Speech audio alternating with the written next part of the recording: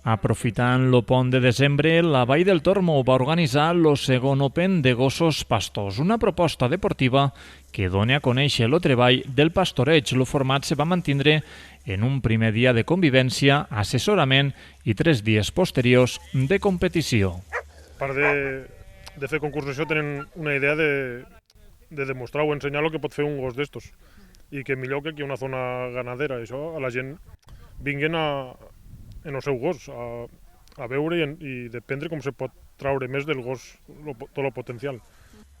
Al concurs hi van participar 30 gossos vinguts d'arreu del territori i fins i tot d'altres països com Portugal. Des de l'organització estaven molt contents en la volada que està agarrant l'Open de la Vall i en el nivell de competidors que han assistit.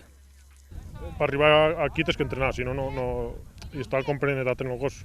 Després te pot dir més bé o més mal, però has d'entrenar. No al nivell d'esta gent, perquè ve el campió d'enguany d'Espanya, gent que ha sigut al Continental, Sergio mateix penso que del 14, gent que estan per Europa i fent la Lliga Espanyola, tenen un nivell que nosaltres no arribem, però estem ahí provant.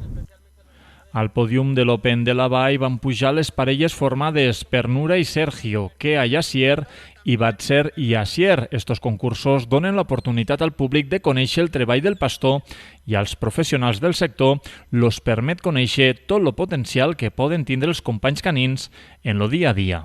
Mou més ovelles un gos que a millor 3 persones. Sí.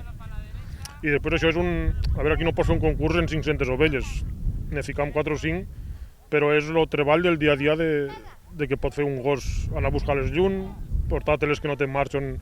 Després també ficarem unes proves que és la mànega, l'open, diverses proves que són el dia a dia d'un ganader.